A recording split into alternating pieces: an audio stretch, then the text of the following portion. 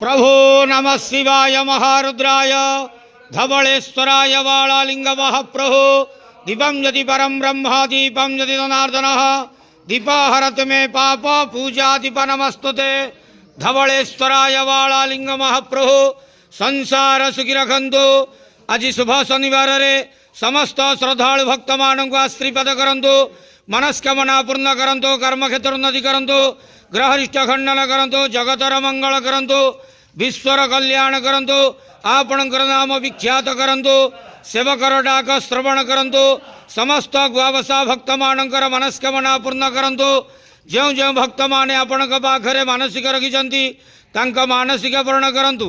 बाबा धवलेश्वराय वालालिंगाय नमो नमः। संसार सुखी रखंतु आनंदे के वार हरि बोलो। आज शुभ शनिवार रे समस्त श्रद्धालु भक्त मान को आश्रीपद करंतु आनंदे के वार हरि बोलो। बाबा धवलेश्वराय वालालिंगाय नमो नमः।